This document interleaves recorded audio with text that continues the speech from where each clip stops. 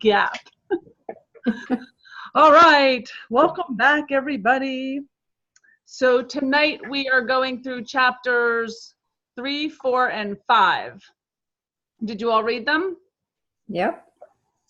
Almost all of them. I read 4 twice. I read 3, 4, and 4. I thought that was easier since 4 was shorter than 5. It was a doozy, so I figured I'll just get my 3 chapters in that one. Oh, goodness. All right. Let me turn this light off behind me because I think it makes me dark. There. Okay. All right. Let's get started. So, chapter 3, faith. I think faith is one of the best chapters in the book, and a long one. So we will spend a lot of time on this. Mm-hmm. I remember this is a discussion, not me lecturing, but I want to read a little bit on faith. Visualization of and belief in attainment of desire, the second step toward riches. I want to read a little bit here because I underlined it so much in this chapter. What did you I'm sorry, what? What did I underline? Underline so many times? Yeah. Just the word faith? Oh, no. In uppercase letters a lot too. Repetition.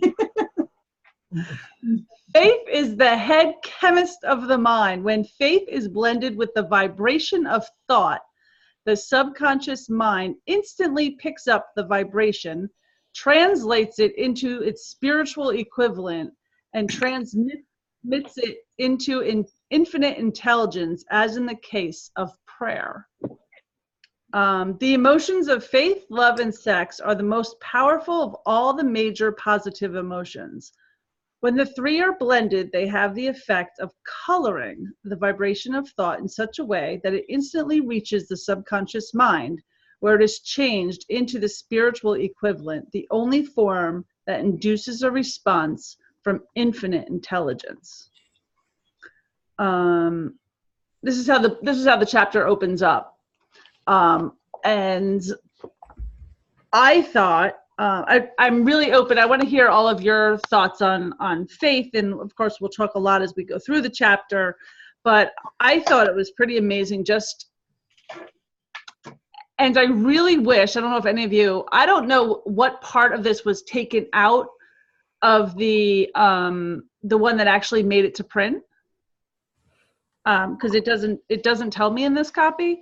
But I loved the part, and I've read this more than once, so it's in different colors. Every time I read it, I underline in different colors. But that they talk about how the vibration translates into its spiritual equivalent. Mm-hmm. Like just hiring your vibration is what I took, and how it transmits to infinite intelligence, just like in the case of prayer. And I thought it was so evolutionary, I guess. I don't know what the word is, for 1937 that they were talking about, the like a person's personal vibration and where he would have gotten that from, and then which we'll talk about a little more in the book, when you have faith and then you back it, not only the desire, but you back it with an emotion. Mm-hmm. And that's what's kind of embedded in your subconscious. What were just to open it up, what were some of your initial thoughts, or go, Paul?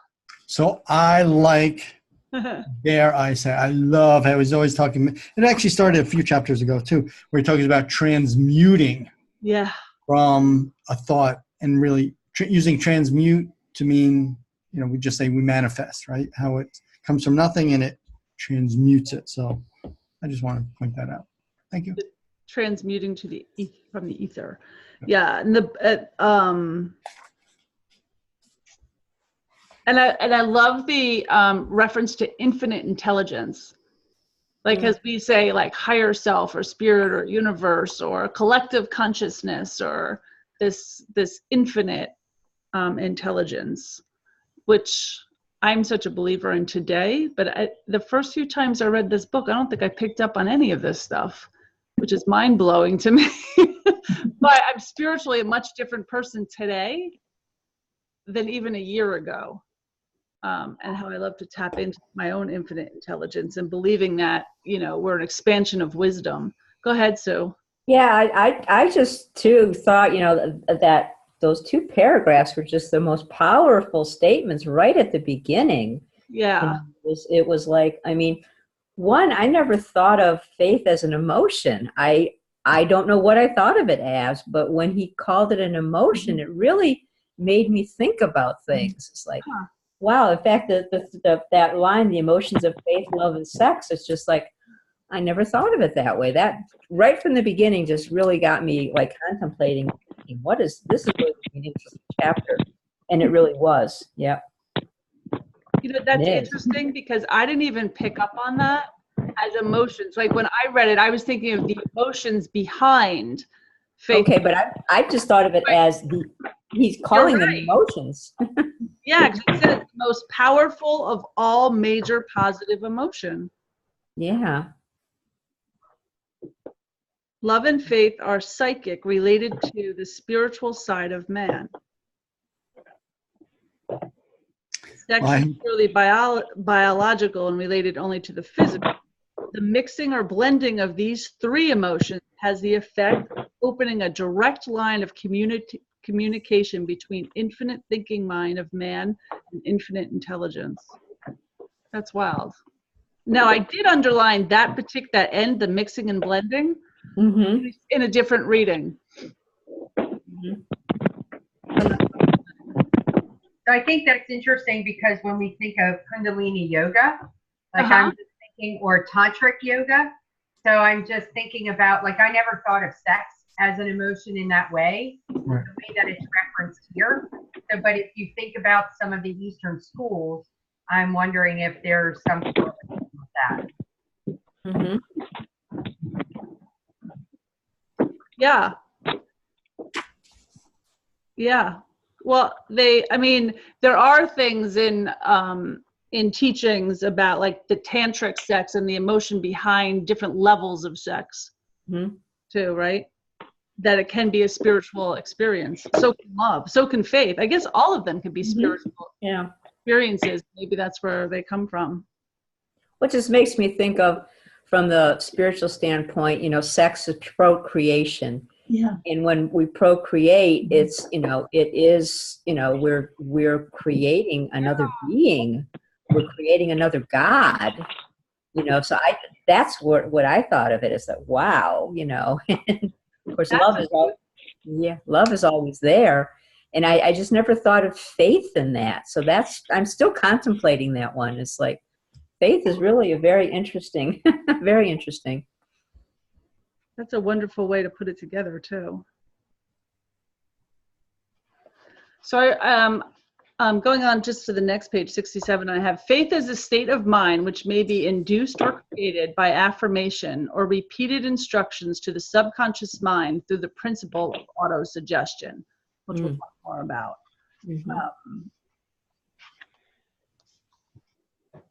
But I think the example that he gets to where he talks about how when you're around the criminal mind, at first you're like, ooh, right? But then if you're around it and around it, you kind of go, yeah, it's kind of becomes the normal, and then it just kind of grows on you. And it's like, it's kind of a scary thought in the, what I consider to be the negative way, but clearly a very understanding example. Right. Which I outlined as well. Men sometimes become criminals. And it's really because they've repeated it so many times in their mind that they believe it to be true. They've convinced themselves over time and time again that it's not that bad, not that bad. It's like watching a murder or something on TV. You get so accustomed to seeing it that watching a gory movie does not bother you anymore. That's true. Right? It's like repetition. Yeah, any impulsive thought which is repeatedly passed on to the subconscious mind is finally accepted and acted upon by the subconscious mind, which proceeds to translate that impulse into its physical equivalent by the most practical procedure available.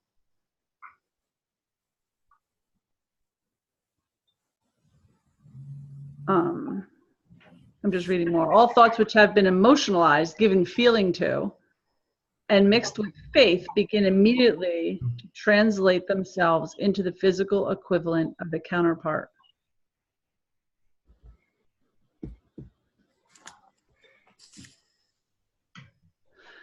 Sorry,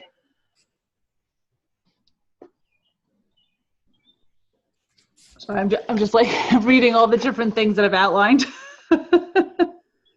But basically, the whole chapter is really on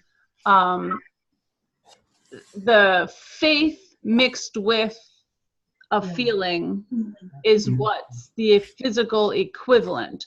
So it's just like saying, I want $1 million, but really feeling and acting and believing that you have it and have whatever joy or feeling that's going to connect to in yourself, right? Well, then, go ahead. That helps me understand how it's an emotion then, what you just said there, okay? Mm-hmm.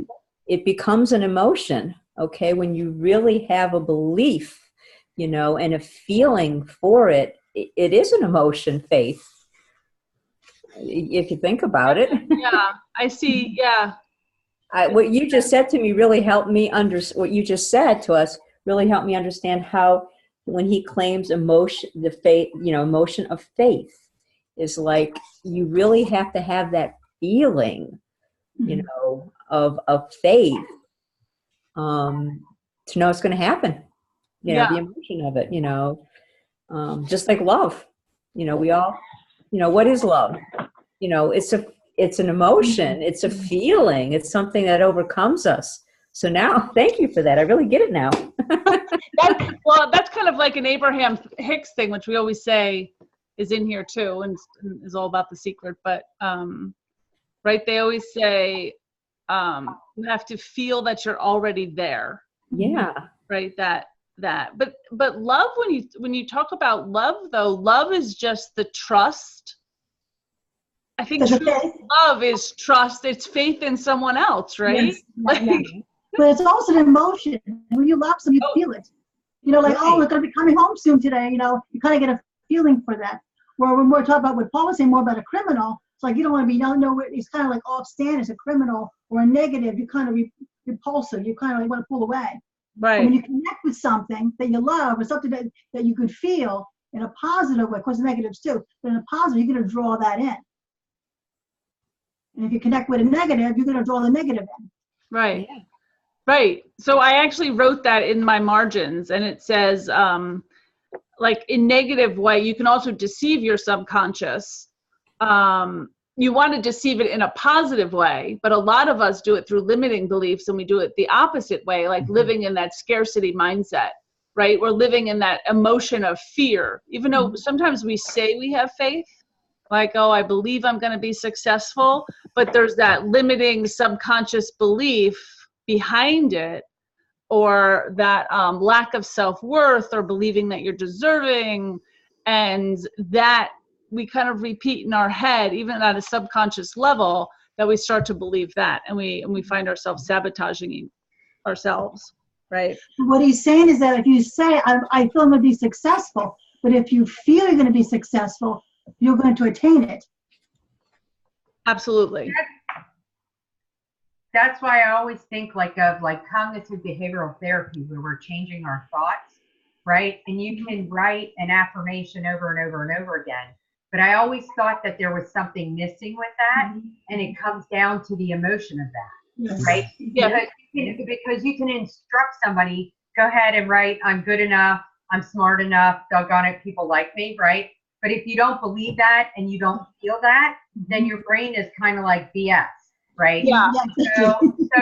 So when I read this chapter, I was like, wow, this makes a lot of sense now. Why, in my opinion, sometimes CBT doesn't always work, because people don't believe it, and that limiting thought is there, sort of sabotaging it. Mm-hmm. Well, the disconnect. Yeah. Well, the disconnect. I read somewhere, maybe it was this book earlier, it's hard to tell, that, and Kelly, maybe you even know about this just scientifically, that if you have an affirmation or something that you're trying to change, if you look at yourself in the mirror when you say it, you can't lie to yourself. Mhm. You know what I'm saying? Like you could, to practice saying it to yourself over and over in the mirror, because you'll have that feeling towards it and that emotion, because you, in most instances, we love ourselves. Like we don't want to lie to ourselves. So you want to do that. I remember Jack Canfield, the author of Chicken Soup for the Soul book. He has what he called the mirror exercise, which was something similar, where you go through and you say all the good things about yourself to yourself in the mirror. And you do that for, the 30 days, and at the end of it, you're just a different person too. Have you tried it? Yeah. Well, I remember, so I heard about it when I saw him in 2006. And yeah. Huh. I should bring that back up. That was good. Yeah. Anyone else ever try it? Hey, Yes, I've tried. Camille? Oh, is that Thank Peter? God for things in Hi. here. Yeah, this is Peter. Hi, Peter. I've just been listening, and I don't know if you heard, I don't think you got a beep or whatever, but I just called in a few minutes after 8. Okay. My thought is, I thought what really stood out was I think kind of everything related back to the auto suggestion piece, like even the faith piece, and just coming back to the subconscious, I don't know who was speaking before, but it comes back to if you really believe it, and you could say you believe it all you want, whatever it is, whether you're going to take money or get a certain job or build a business to a certain level, but it's whether you're at the subconscious level, like you truly, truly believe it. And that's where I find all the work kind of has to be done, is really subconsciously. So that's kind of what I gathered from it all. Yeah. And backed by emotion. So you're really feeling. Yeah. For sure. That piece really caught my attention. I'm actually listening to it on audiobook. Yeah. I'm gonna go through and read through it when I have just I plan to do it soon, but at the same time. But it's just easier for me to do audiobook. But that piece really caught my mind, that he says you really can't just say it, whatever affirmation you're looking to say. You have to say it with certain the emotion that needs to come with it as well. Right. Agreed. Here on page 72, it says, believe whenever one repeats to oneself whether the statement to be true or false. It says, if a man repeats a lie over and over, he will eventually accept the lie as truth. Moreover, he will believe it to be the truth. Well, if you say, I don't have any money, you're not going to have any money. Right. Right. I don't have any money. I don't have any money. Then you're actually not going to have any money, because that's what you keep saying to yourself. Yeah. And I hear this from entrepreneurs, in our own group, just outside, when people are building businesses for themselves. One of the scariest things is we're always worried about money. We're worried about cash flow. We're worried about spending money.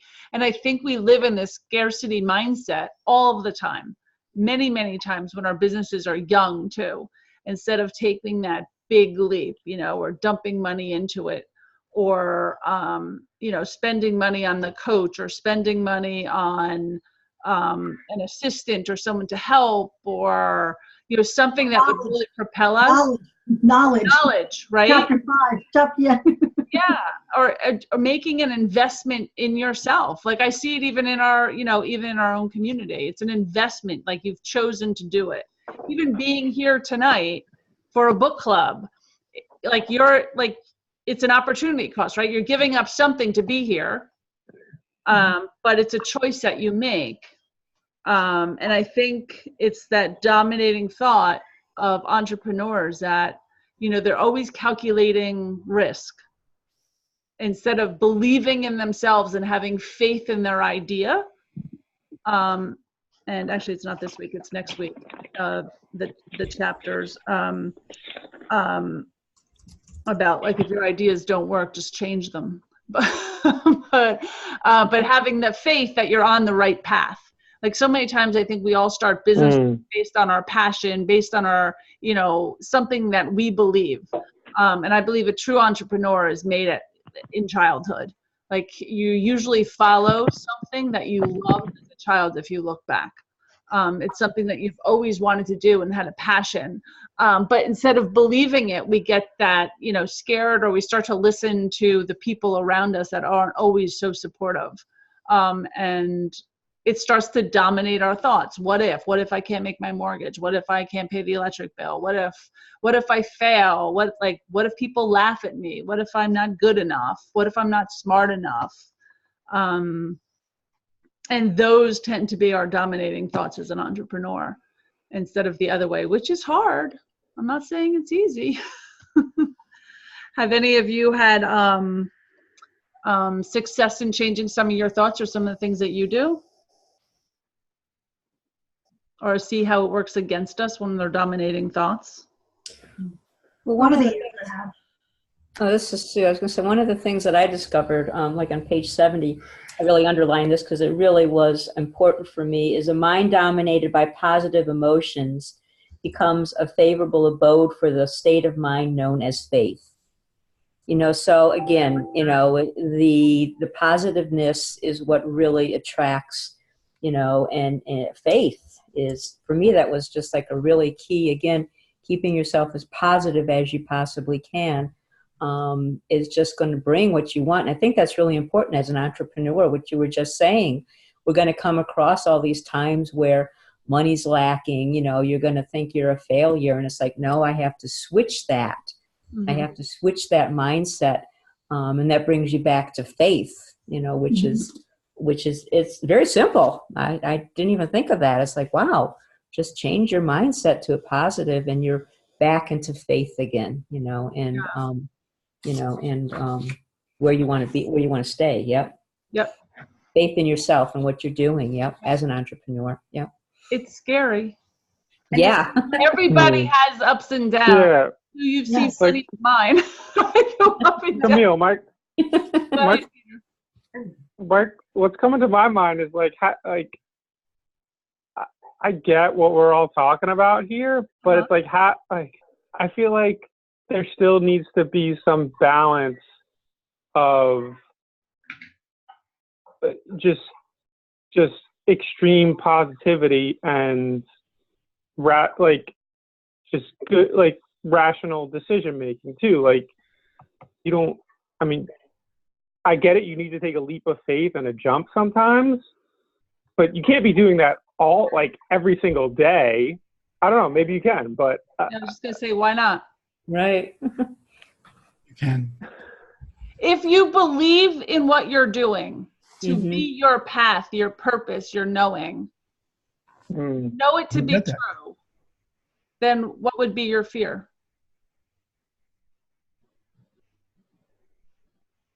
In other words, if you know you can have it, what would be your fear? That I'll end up not with it. So it's a fear of failure. Mm-hmm. Fear of loss. Could also be a fear of success too. Mm-hmm.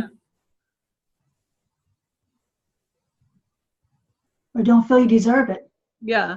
So what I'm hearing you say is you fear that being too positive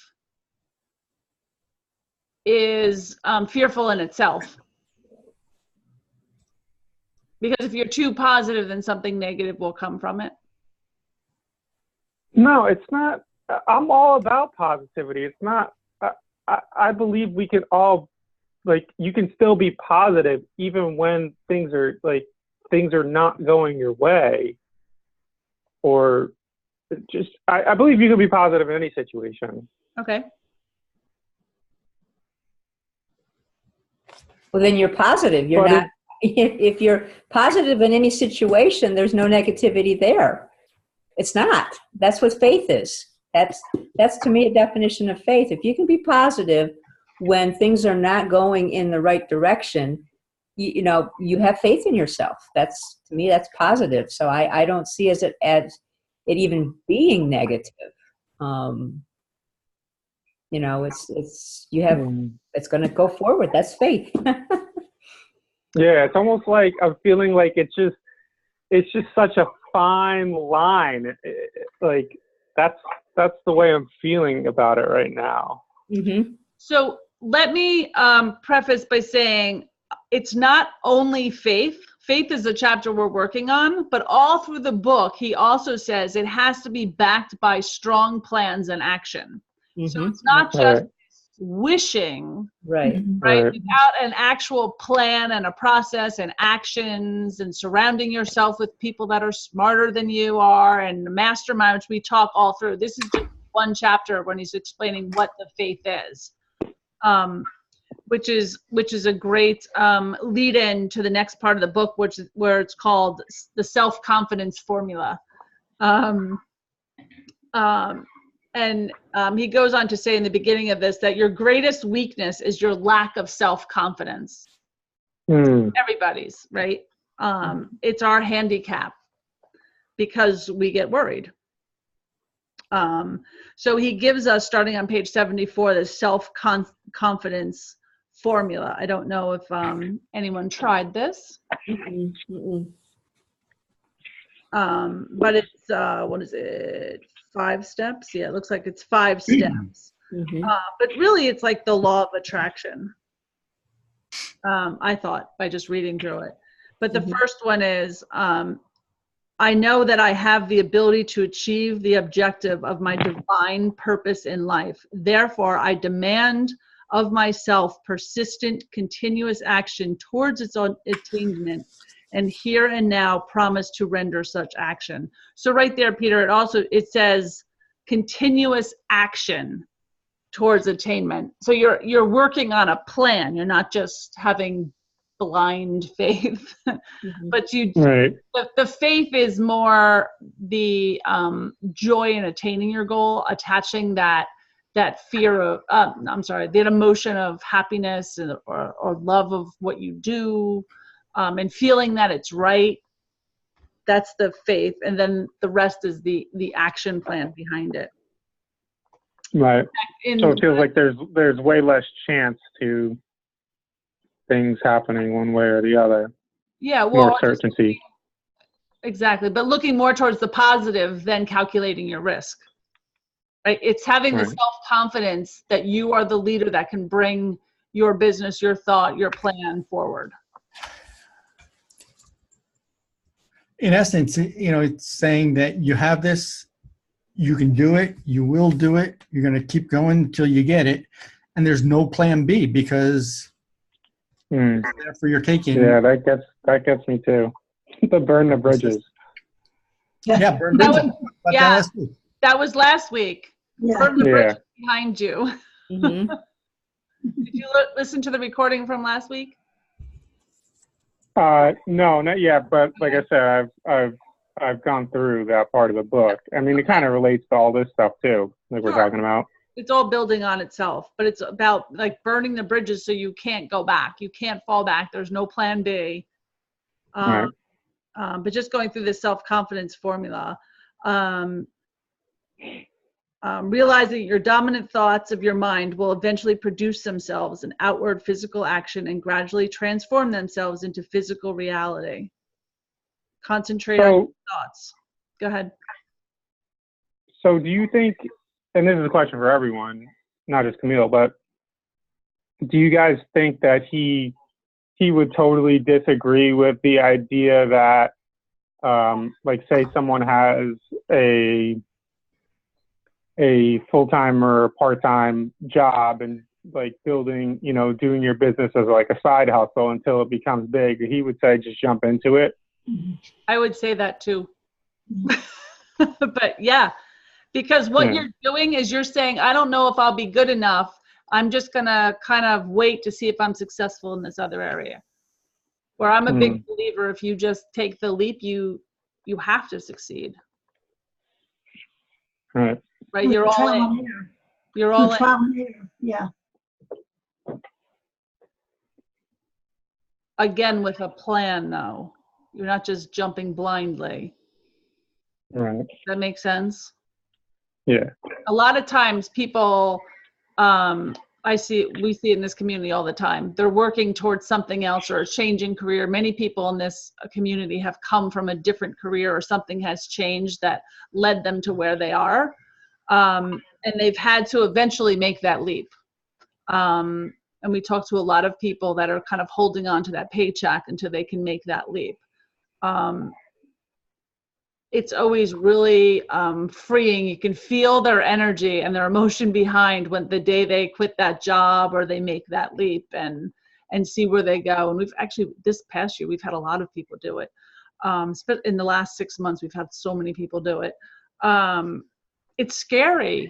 It's really scary, but they've had a plan of action, or they've put money away, or a year before they said, in 1 year, I'm going to do this, or in 6 months, I'm going to do this. It wasn't just one day they walked in and quit. To understand that there was a plan. Maybe they put away a certain amount of money to live for a year or two. You know what I'm saying? Mm-hmm. But when you switch over and make it your passion, your purpose, you put all of your focus and all of your energy every single day in.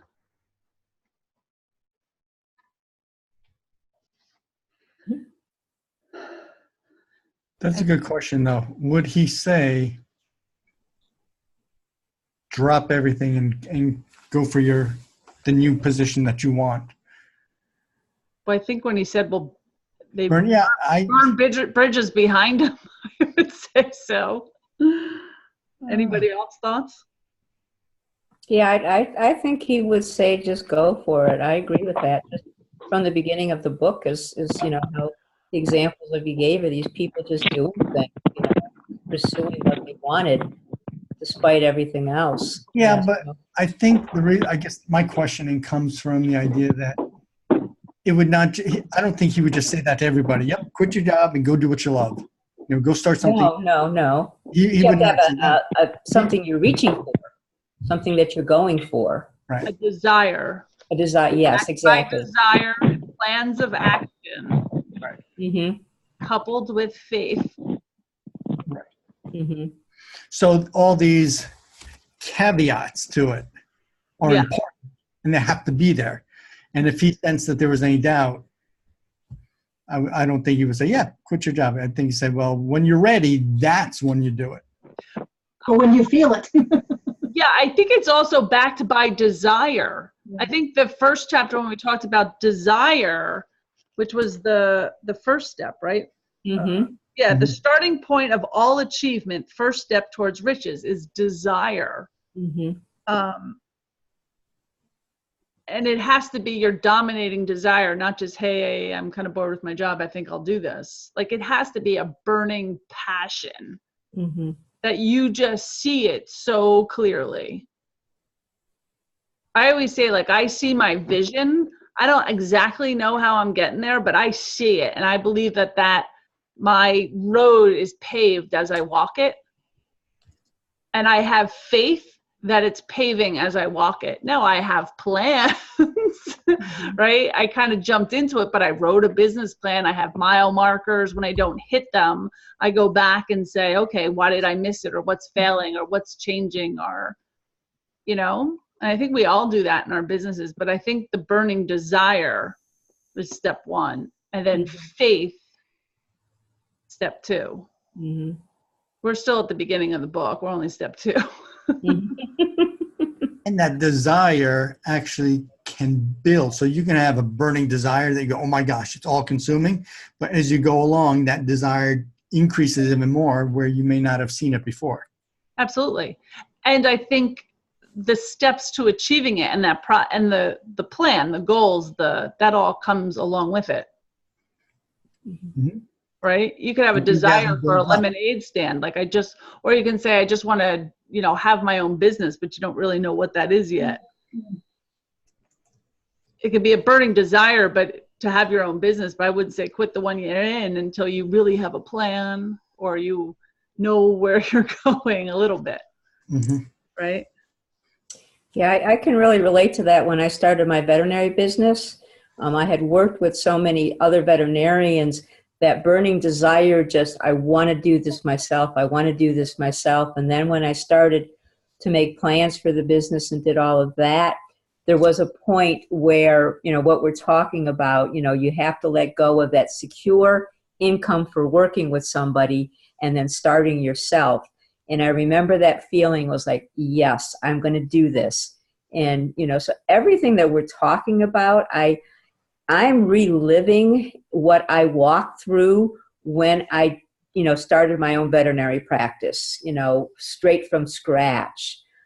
So this book is really cool because it's like, wow, I was doing all this stuff and I didn't even know what the hell I was doing. Mm-hmm. I just had that passion. I just had the desire. I just really, you know, and the faith that I would be able to do it, you know, so that's really cool. Yeah. Yeah. I think when it feels good, that kind of happens. Like when it's the right business. Mm-hmm. Do you guys feel that way? Have any of you guys tried other businesses that have failed? Oh, yeah. Yeah, I have too. I'm like a chronic entrepreneur. And I thought they were good ones. I thought, this is it. This one's going to work. This is everything's been coming up to this point. Yeah. And I go, oh, maybe it's not this point. And then I saw something new. I was like, oh, this is the point. I was like, yeah. So along the way, each thing was a lesson and helped me to what I'm doing now. Exactly. Like I believe that too. They were all lessons in my journey. And they weren't necessarily failures. I have a thing with building businesses, getting bored and letting go. And I knew that. So I created this one a little better. And I like building businesses. That's what I like doing. Well, you think you built this one better, but No, you're actually building it even more because, you know, as I messaged you earlier, MBLP is a movement now. You never said it was published. We're a movement, right? Yeah. Is that new? That was new-ish. Yeah. So we're a movement. We are. Right? Yeah. Yeah. It's my burning desire. It's coming out. Back to the book. Yeah. Okay. So I thought it was really interesting on page 81. I just wrote a little thing. Jumping ahead. Well, you know why? Because it keeps saying the same thing. I have a lot of underlined stuff and things, but it really keeps talking about the dominating thoughts and your motivating master and vibrations in the ether. It's all exactly the same. They just keep saying it and saying it. But on 81, they actually talked about leadership a little bit, but it got from what I felt they were talking about unions, and I don't know when the whole union thing came in, what years that were, but they were talking about like the small towns and the cities in America, and now they had like these labor, they didn't say the word unions, but they were talking about like collaborative labor, steel plants, coal mines, automobile factories, where people are negotiating in collective bargaining, and it's kind of losing its I don't know what the word is, but the idea behind it was that all people, no one had to work harder than the other one because they were all being paid the same. And it kind of lost that burning desire, that passion where you might have felt good about doing your piece, your job, so he talked about that in here. I don't know if you guys took it the same way. On page 81, when it talks about business is due for a reform. This was back in 81, back in 1937. 1981, what? Yeah. Oh. And he was saying the methods of the past based upon economic combinations of force and fear will be supplanted by the better principles of faith and cooperation. When I think above there too, like the paragraph above where he says widespread fear will paralyze the wheels of industry and business. And I think that's so relevant. I mean, I think that's still relevant for today. It's that if you listen, all you have to do is turn on the television, and it's fear-based everywhere. Yep. And so, it's just fear, fear, fear. So. Yeah. I think we said last week that I find this book so relevant today and what's going on. Like, it's crazy that we're like maybe going through this new reform. I don't know. Well, what I thought was interesting, I mean, he was mentioning Gandhi in this whole thing too.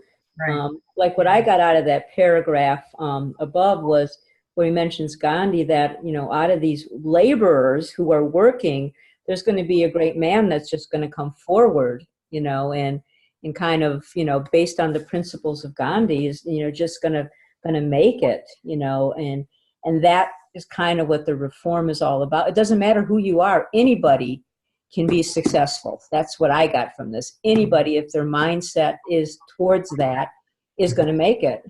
Yeah. Yep.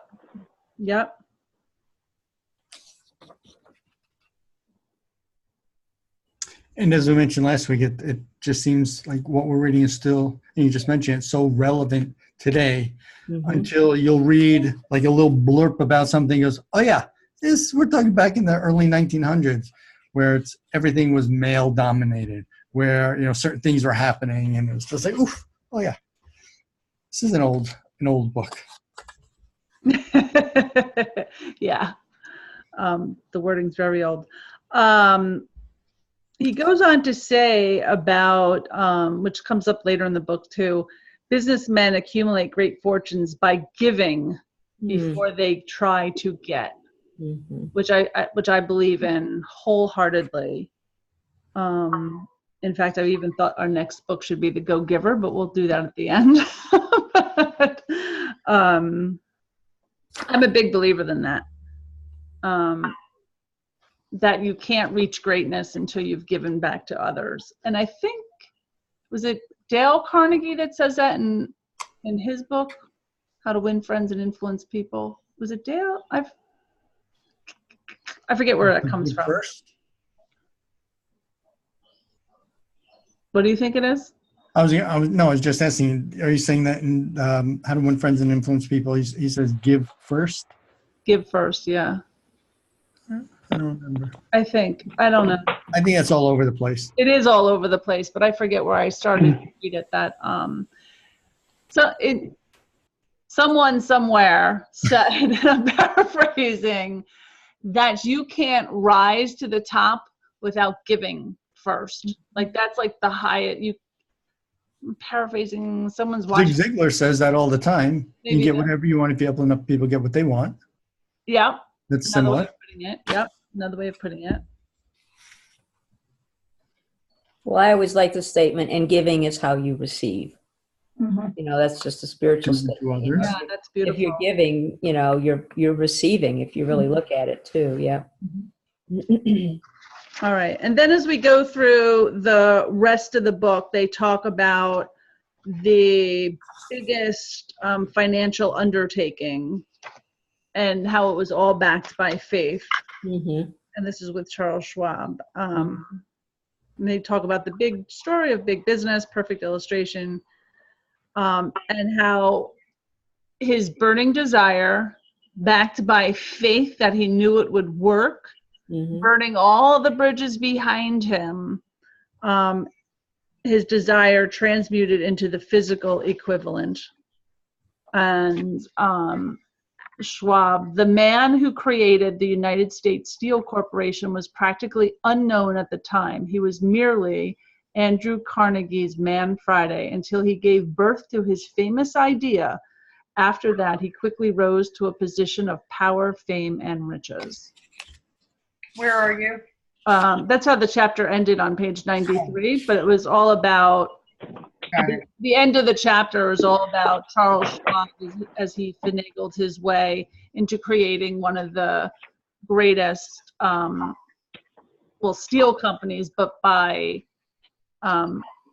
merging all of the big names that people never thought that he would even have the ability to do.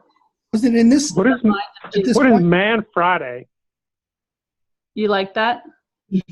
What is that? What does that mean? I've never heard of that. Friday, his right hand. His assistant. Assistant. It used to be, sometimes they used to call him, Right, later on they became Gal Friday. Was it at the end here where a man Friday it's not even his right hand, it's really his office assistant. Yeah, he does all the dirt job. Yeah. And that's one of those things you go, oh yeah, this is an old text.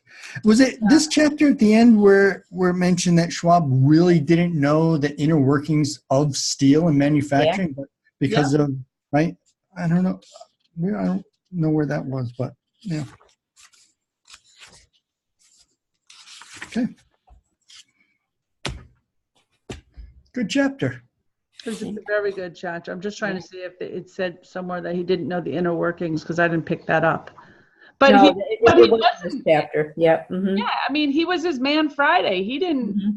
He just had this idea and put it all together. And it says, was it really his idea? Was it his imagination and his persistence were all the ingredients that went into the United States Steel Company. Was it really his idea? Did Carnegie plant that seed? Well, then at one point they did say that there were questions. Maybe he had his hand into it. No, I don't know. Does anyone else know? I don't know. I have no idea. And on page 88, the last paragraph, where it talks about the economic historians have professed to believe that from the beginning of the end, how it was staged by Carnegie. Oh. I don't know. I didn't see that happening until, I didn't see it happen until they said that he was going to be showing up. You know, he was. Yeah, that's true. But they have a conversation though with J.P. Morgan just saying, do you think you can persuade Andrew Carnegie to sell? And Schwab saying, I can try. If you can sell him, I will undertake the matter. Mm-hmm. So then he had to convince Carnegie. All right, good chapter. We have 2 more chapters to go, but the other ones aren't so bad. There is no limitations to the mind except those we acknowledge. Both poverty and riches are the offspring of thought. Which brings us into our 3rd step for riches, autosuggestion, the medium for influencing the subconscious mind. So this kind of came up in faith too. So I think it's just a springboard from there. That no thought, whether positive or negative, can enter the subconscious mind without the aid of the principle of autosuggestion. And autosuggestion is also constantly repeating it to yourself, right? Can you repeat that? You are what you think. And it says right here, in a spirit of absolute faith. What do you think the author means by that? Where are you at? It's at the end of 96. It just says,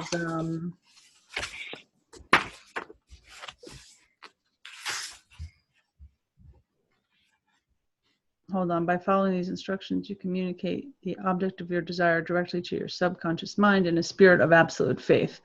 Well, he was telling us to reread the last 6 steps described in the chapter on desire, to read aloud twice a day the written statement of your desire for money. That's the one that we had written in the beginning. Did anyone do that? Does anyone do that exercise? I did the exercise. Have any of you sat there and read it? There's paper. No. I did actually 3 times ago when I did the book. I'm not doing it this time. But it says in a spirit of absolute faith, which saying, backed by your feelings of repeating that over and over again. So autosuggestion, if you had taken it from what we wrote, your own manifesto, and saying it over and over again, I think in a mirror twice a day. No, I think with your eyes closed, isn't it? It's with your eyes closed? Well, that's where you visualize the money. Okay, that's a Yeah, good okay. vision. Okay. Yeah. But you have to until you can memorize the statement Right, yeah. that you wrote. Yeah. I guess, but you know, once you, because aren't you supposed to look at yourself in the mirror or something? I don't know. Yeah, I think that's where it's I'm going to go turn on a light. That's where it says to do it in a mirror. But it says mere reading of the words is of no consequence unless you mix emotion or feeling with your words. You have to been emotionalized with belief. And I think that's that feeling of not just saying it and like not really feeling it, but believing it. Hold on. Wait. I'm going to go turn on a light. I'll be right back.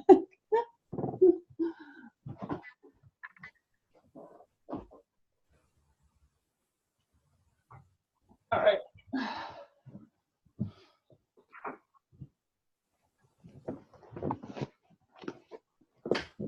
All right, that's better. It's getting dark.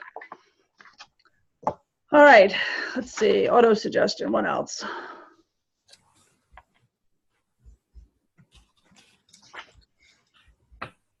Well, by saying it over and over again and feeling it, you actually believe it. Mm-hmm. It becomes more of a belief. Oh, here it is with the visualization. It says, when visualizing the money you intend to accumulate, with eyes closed, see yourself rendering the service or delivering the merchandise you intend to give in return for this money. This is important. So you're also giving something in return. You're not just getting money floating from the skies or into your bank account. You're not just wishing you were a millionaire. It's what you're exchanging for it and feeling that. I think that's actually a really important piece of this. Mm-hmm. Because a lot of people say, oh, I just want to be rich, or I just want to hit 1 million, or I just, Win the lottery. Yeah, with no action, and they're not giving back. And I think the giving back is the most important. We talked about that last week of what is your service? What are you giving back? Mm-hmm. So giving back doesn't necessarily have to mean giving without receiving any compensation. Well, they're talking about if you're trying to accumulate wealth in this particular example, that what's the service you're giving? Mm-hmm. What are you doing to accumulate the wealth? Right. But when you, I guess relating to what you were talking about before, when you were talking about giving before receiving. Yeah, so this is not what it's saying here, but I'm a big believer that you can't rise to the top without giving to others first. Like, I believe in being a mentor. As soon as you acquire an ability to do something, be sharing it with others, because you bring others along with you. But just because you give to one person doesn't mean that that's the person that gives it back to you. I'm kind of like a pay it forward person. But isn't he also talking about what your service of job is going to be? Yeah, I think he is in this paragraph. I was just saying Yeah. before when I was talking about giving. That was Yeah. like my own belief that you should always Because then you're just taking. Yeah. Yeah, and I also believe that along the way others gave to me. So I need to give to others. Or sacrifice for you. Yeah. Yeah, not the same people. I think you kind of give to the next generation, right? And I think our community is all about, helping the next person along. So, that there's mentors, there's people that have been in business a really long time, there's people that are just starting out, there's people that have figured out, certain parts of their business that the other ones haven't, and being collaborative and giving in that respect of our intelligence and our wisdom to each other is a great way to give back, because someday you're going to need it. Well, also giving also is that call we have on the Monday mornings. What's working and what's not. Absolutely. Absolutely. That's. So I believe that is our mastermind, right? Mm-hmm. Go ahead, Peter. Yeah. So would you say,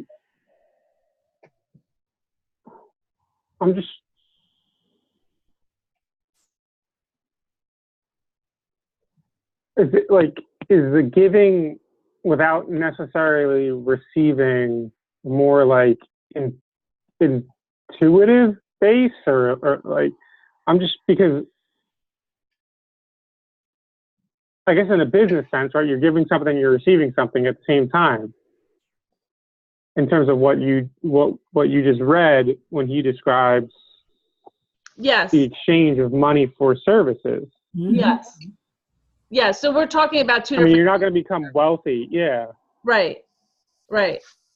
When I was talking about giving to others, I was just talking about, like, it's kind of my personal plan, and I think you did that kind of in earlier chapters too, of giving to others. But in this particular paragraph, when we're talking about auto-suggestion, and when he's talking about visualizing the money you intend to accumulate, you see yourself rendering the service or delivering the merchandise that you intend to give in return.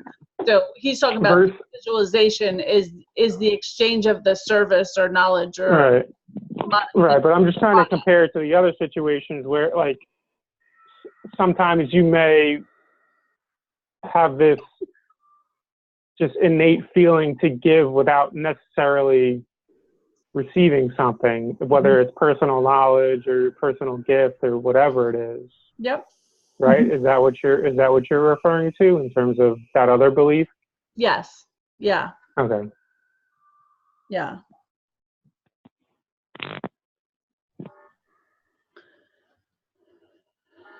All right. Somewhere here he actually lays it out. It gives you an actual description. I'm trying to find it here in the book. I can't seem to. Where he actually lays it all out. How you go, you're a salesman, and then you're going to do this. Yeah, on page 101, he describes it. Exactly. Okay, there it is. Yeah. Yeah.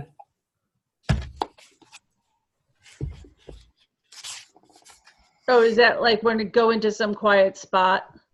Yes, yeah, that's how. Disturbed or interrupted. Oh, yeah, when he says exchange for $50,000, you will be a salesman.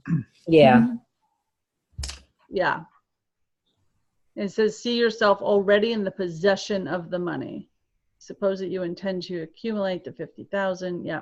By the first day of January. Yeah. So I would visualize myself more like enjoying the money, or like whatever I'm going to use that money for. If somebody has their goal is to buy a house, as an example. You know what I'm saying? See yourself in the house. If you're going to buy a car, see yourself riding in the car. Yeah.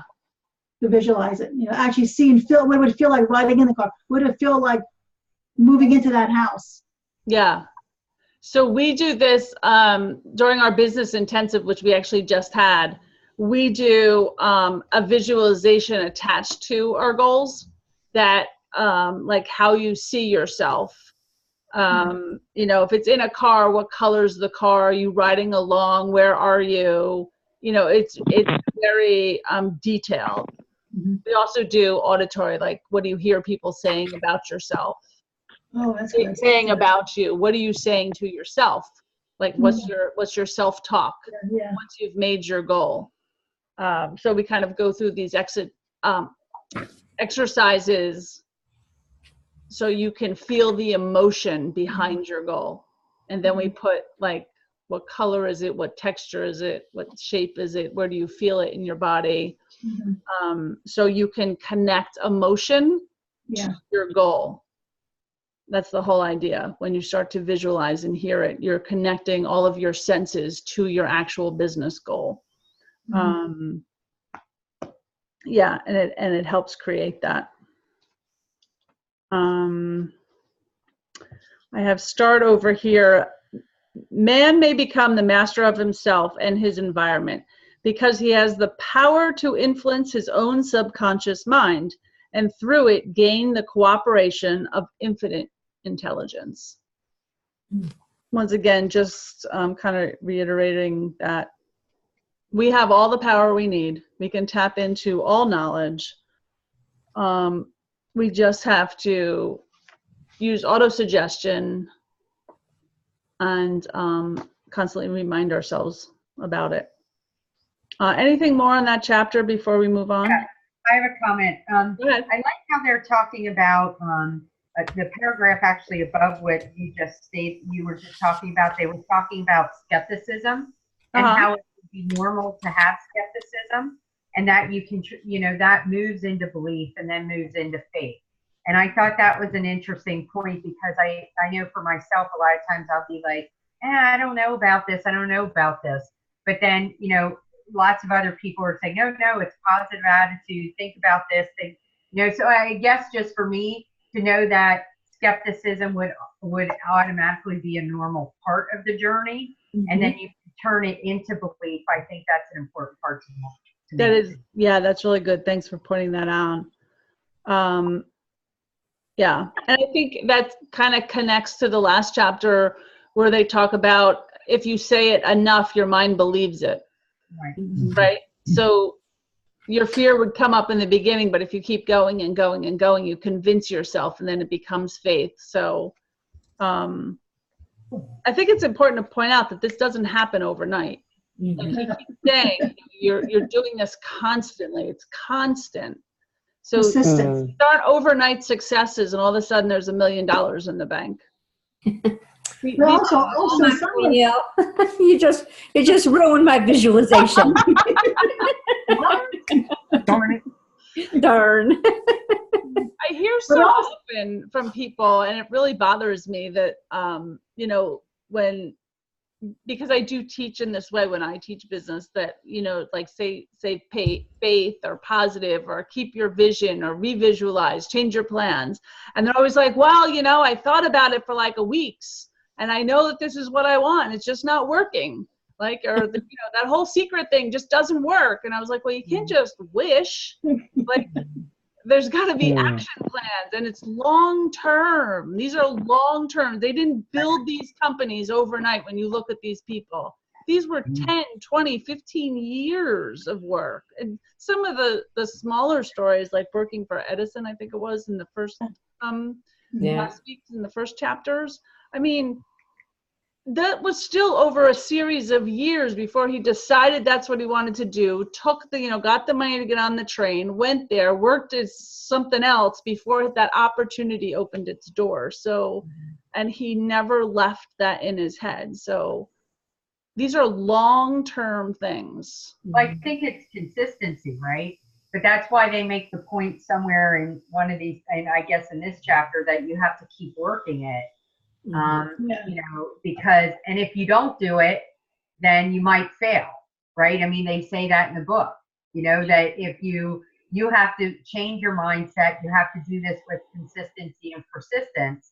And if it doesn't work out, it's because you quit. It's because something that you did. It's not because the principles failed.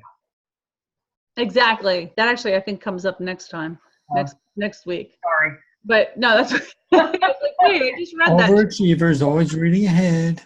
No, I'm not actually. No, that's not true. No, she's right. I read it. Well, maybe it's in chapter 5. Let's look at that. But the other thing that they point out right before we move on is in chapter 4, at the end of chapter 4, they tell you that you should be reading this entire chapter every day. Yeah. Yeah. Once you get to the end of the book. So I think that's an important point to make too, that there's enough value in this that you should be, taking, some minutes. Yeah. The 10 pages every day. Right. And it says, until you are thoroughly convinced that the principle of autosuggestion is sound. Right. It'll accomplish all that has for you, all that has been claimed for it. And underscore with a pencil every sentence which impresses you favorably. Mm-hmm. And he's saying, keep doing this until you go on. Mm-hmm. Until you're convinced that this works. We're just going on. But the other point I want to make is somewhere I think it was in this chapter, that he was talking about don't turn anything down. Don't turn any opportunity down. Right. To go for them. So how do you know? I've done different things over the years. You run with them. You get invited to do something with somebody else, and you run with them. You do well with it, or you don't do well with them, but you learn along the way. Yeah. How do you know? Does that mean I got to take every opportunity that comes along the way? Because if that's the case, I may not be moving, per se, forward in my business. I ran this way, I ran that way, I ran this way. You follow? I It's think the story of my life. That's why I feel like all the time, like, oh, I think I'm just right there. If I just keep going at it, then think, well, is this really a waste of time to be doing this type of thing? And well, let me just keep going. Let me keep trying. No, it's not right. It's when to stop versus when to say no, when to. But that's where I think where your connection with that infinite intelligence becomes important. Because the more that we get to that place, you know. I'm glad you got that connection. No, Just we're not nailed right in, Kelly. Or we're What's not the feeling. secret to that? Or we're not feeling that's a good thing, you know? Well, I think that's all about being an entrepreneur too. We eventually learn to trust ourselves and say, okay, this is not working. I got to let it go. right. You know? And then some. Right. I called it so. Yeah, like your business intuition. Yep. Yes. This is intuition. And well, I saw this when I used to do strategic planning for not-for-profits. I used to call it, you see it all the time, mission creeping. Like they go on these tangents because especially your boards of nonprofits most of them don't have a lot of business sense. It's all emotional. And you have to make sure that it still makes sound business sense for what you're doing, that you're not chasing some, down like that's not really a desire, something down like a rat hole, really think about what you're getting out of it. Does it feel right or doesn't feel right? Is it an opportunity that fits into your goal? I'm a big believer of just staying focused on one thing. Don't go all over. Well, that's a good point, Camille, because like you said before, you were talking about being like a serial entrepreneur, and I find myself doing this all the time. I have so many different ideas. Like I just have I have a really hard time picking one and focusing on one. Well, so in your business, I'm talking about sticking to one thing. So yes, I'm a serial entrepreneur, but here's the difference of what I'm telling you. I create businesses and I spin them off and sell them off. I like creating businesses. Once I figured that out, I can create anything because I just like creating them. I don't like running them. And that's why in this business that I do right now, I help people create businesses because I don't have to ever run them, but I can totally see what to do. I just like creating them. I'd love to see you guys succeed and do them and see if the idea worked. So I created a business around what I like to do. But in this business, and Peter, this is what I'm talking about, stay focused. I still have goals in this particular community and I set them every year. But I try to stick around one thing. So in 2018, last year, my goal was video. That was it. That was my one thing. I did anything that attached itself to video, right? So by the end of 2018, we had all of our, so in January of 2018, I had not even been on Zoom yet. Had never been in front of a camera. That was my goal for the year. One word, video. And anything that fell under that was my category. So we learned Zoom. We taught you guys Zoom. We moved the entrepreneur's frustration line to Zoom, right? The what works, what doesn't, and why. We did the coffee with Camille. Now we have a video podcast. We have member spotlights. We have a book club. We have functional, everything we do is on Zoom. It's recorded. We have libraries. We have professional webinars. My one thing was video. So if it didn't come into that one thing, then it wasn't a part of it. Does that make sense? So I just kind of stuck. Not that year. Excuse me? That year. Right. So in 2019, it became something else. You know what I mean? So it moves along. And I try never to bring in more than one or two things in one year. Because if you're constantly trying to make workshops and draw people here and draw people there, it's just too much. And your audience can't follow you. So then where does the whole serial entrepreneur thing come into play? Like, do you have other businesses that you're running along with an LBP? Nope. I just start them, create them, spin them off. That's what I do. Like, have you done that while you've been doing NLBP so far? No. Nope. When I created so you've just focused on NLBP for the past 2 or 3 years. Yep. This is it. Since 2015, I wrote this business plan. Wait, this is it? This is the end? You're selling this off now? We're getting somebody new? Is that why you're looking for that manager? It's a movement. I had to do all of that. Oh, that's what movement meant. She's I got it. See, I'm not as quick as Rug. Got it. I had to do all of that to be good enough to do this. It's part of my journey. But the point is, I see a lot of people, what we call mission creep, and they're kind of going all over the place. And I see a lot in this community, like healers or energy workers or light workers.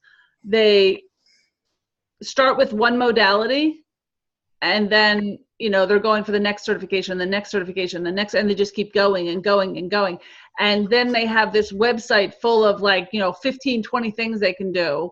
And it's confusing to the clients. It's confusing for them. It's too many certifications. Like, I'm just like, get a certification and go meet your clients. Like, stop getting educated until you have a practice. And then you can build on that if you see your practice going in a certain way. And that's a perfect segue into specialized knowledge. Somebody's got plans at 9:30 tonight. Thank you, Susan. Thank you, Susan. All right, let's talk about specialized knowledge. I wrote, read this. Let me read this. Knowledge is only potential power. It becomes power only when and if it is organized into definite plans of action and directed to a definite end. Knowledge does not attract money unless it is organized and intelligently directed through practical plans of action and to a definite end of accumulation of money. I think this is actually a perfect segue. People that keep getting more certifications and more certifications, so they have a lot of knowledge, but not a solid business plan and actions to create any monetary value out of everything they know. Does that make sense? Mm-hmm. I also loved in this particular book on page 107, actually, when they talked about Ford. And they were always saying that he wasn't the most intelligent man, but he surrounded himself with intelligence. Mm-hmm. And I think there is no more important piece of business than to know that there's a pile of educated people. Mm-hmm. Right around you. Just surround yourself. Someone knows the things that you don't know. So don't be afraid of what you don't know. Just find someone who knows it. Yeah. And I always see I see it in a lot of entrepreneurs, but and not that I make the mistake sometimes too, till I catch myself. Don't spend the time learning stuff that's not going to make you money. I find this when people try to do their own accounting, like learning QuickBooks and everything. I could do it. You could do it, but that's not how you make money, right? Mm-hmm. Don't spend your time doing the things that isn't going to make you money. Pay people to do what they do best, because you'll save money. It's called an opportunity cost. You'll save the money in the long run. And the time. You could be doing something else. Go ahead, Paul. No, I said it with Ragini's thing. And time. You'll save money and the time. Yeah. And you'll have somebody probably do a better job. Much better job. And if it's their specialty, they'll be able to catch you on stuff. Even like your marketing, your social media. Like, if you have to learn how to do Instagram or learn how to do Facebook or learn how to do YouTube, that's not how you make money, right? If you can hire someone that can say, you know what, you're not doing it right. Or, you know, I do it for 10 other businesses. Let me show you how to do this. And here's my background. And I've, you know, created these influencers all these other ways, right? For me, it's accounting. For you, it could be anything. But surround yourself with the people that know what they know. And you do what makes you money.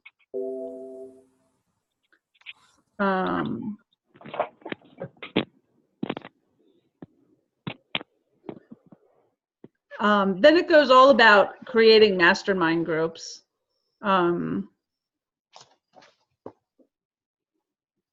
It pays to know how to purchase knowledge. I think that's kind of the same thing, right? Mm-hmm.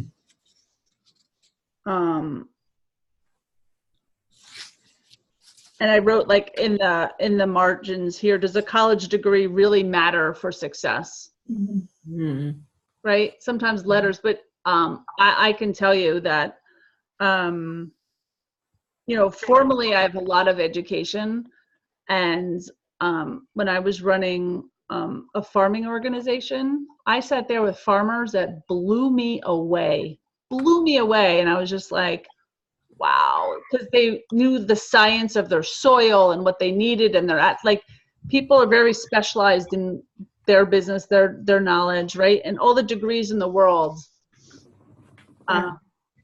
wouldn't have made someone smarter or not smarter, or I don't think it matters at all, right? Surround yourself with the people that have the knowledge and know how to get that knowledge. Mm-hmm. That makes sense. Ask the people, where did you find it?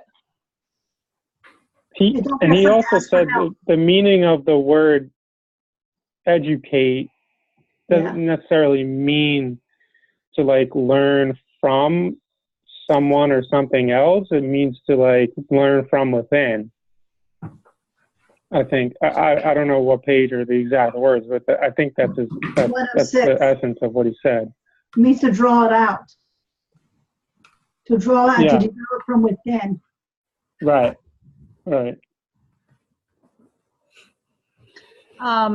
Yeah. And it always says on 110, it says, successful men in all callings never stop acquiring specialized knowledge related to their major purpose, business, or profession. And I think it's important to continue your own knowledge, no matter what it is, to keep going with your own knowledge.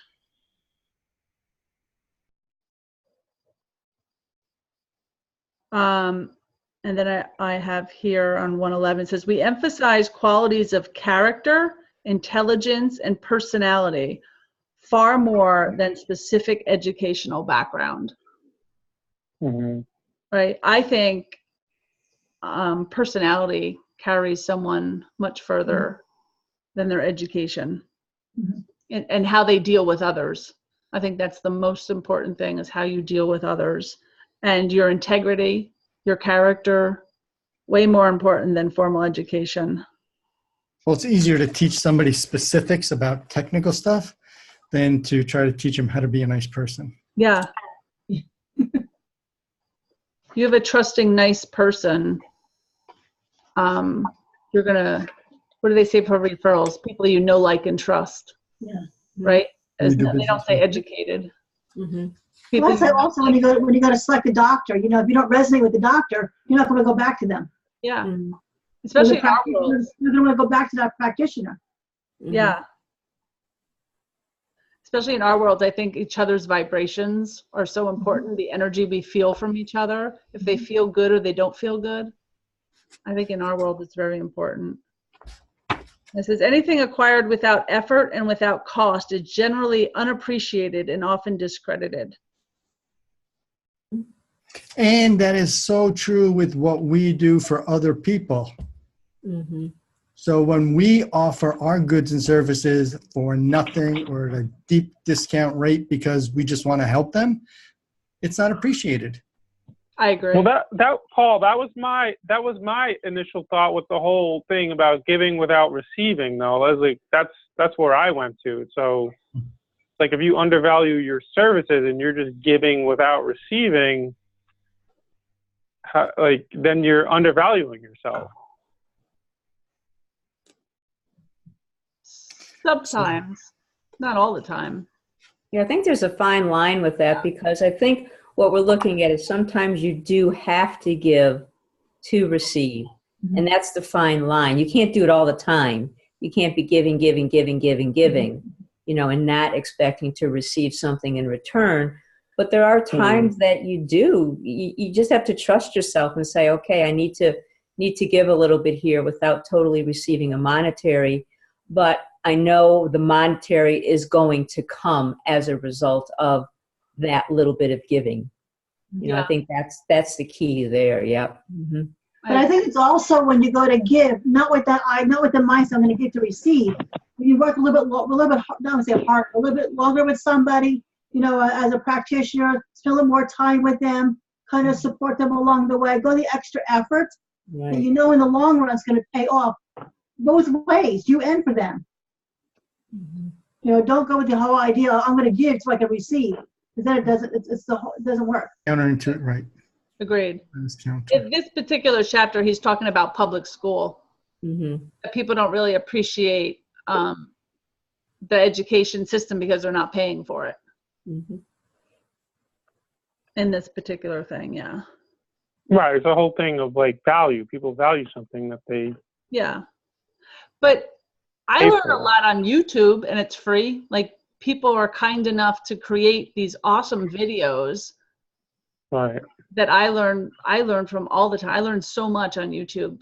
Mm-hmm. And when I don't know a subject, I have it playing in the background all the time. They just keep tacking on the next one. And that's all free. Someone put that together, and I'm grateful. Right, but those people are also expecting some eventual, return on the other side by becoming more well known, or I don't know, whatever it is. The free offer. Yeah. Mm-hmm.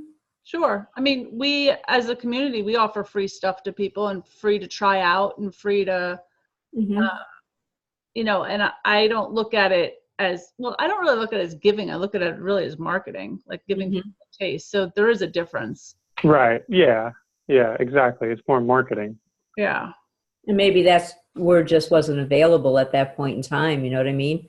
They didn't think of marketing as we see it today, but that's maybe what he was alluding to in the giving part. Yep. Yeah.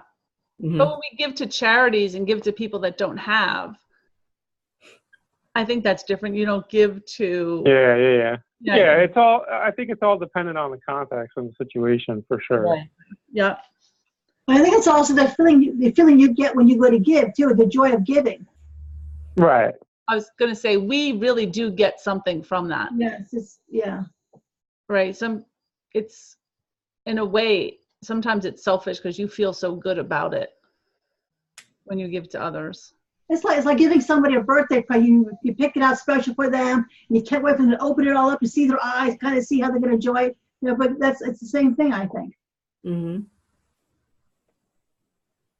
I remember 15 years ago, getting a little bit off topic, 15 years ago, the idea of somebody going to a website, and when you tell people to have that free offer to get the email so you can do the marketing too, people just thought that was crazy. What, give away my best stuff for free?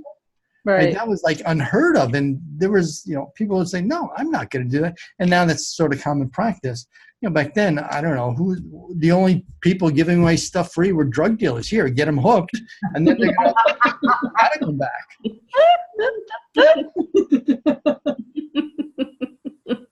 It's the same concept, though. It is, yeah, that's the point. That's what I'm saying. Yeah. Right? But, the idea of, give them a free, give them the information that they need. No, I'm going to sell it to them. No, just give it to them. Yeah. Like, no. All right, we're almost done here. So I just wanted to say on page 120, I thought this was really interesting. It talks about getting into a rut, which I thought was important because we form the habit of daily routine, and a habit that finally becomes so strong, we cease to try to throw it off. And I think in entrepreneurship, we can get caught in that rut. And I just wrote in this time, do you ever find yourself in a rut because you're comfortable with the cash flow, or things are good enough where maybe you could go to the next level, you could try something new, but it's good enough. And you kind of get into your own habit.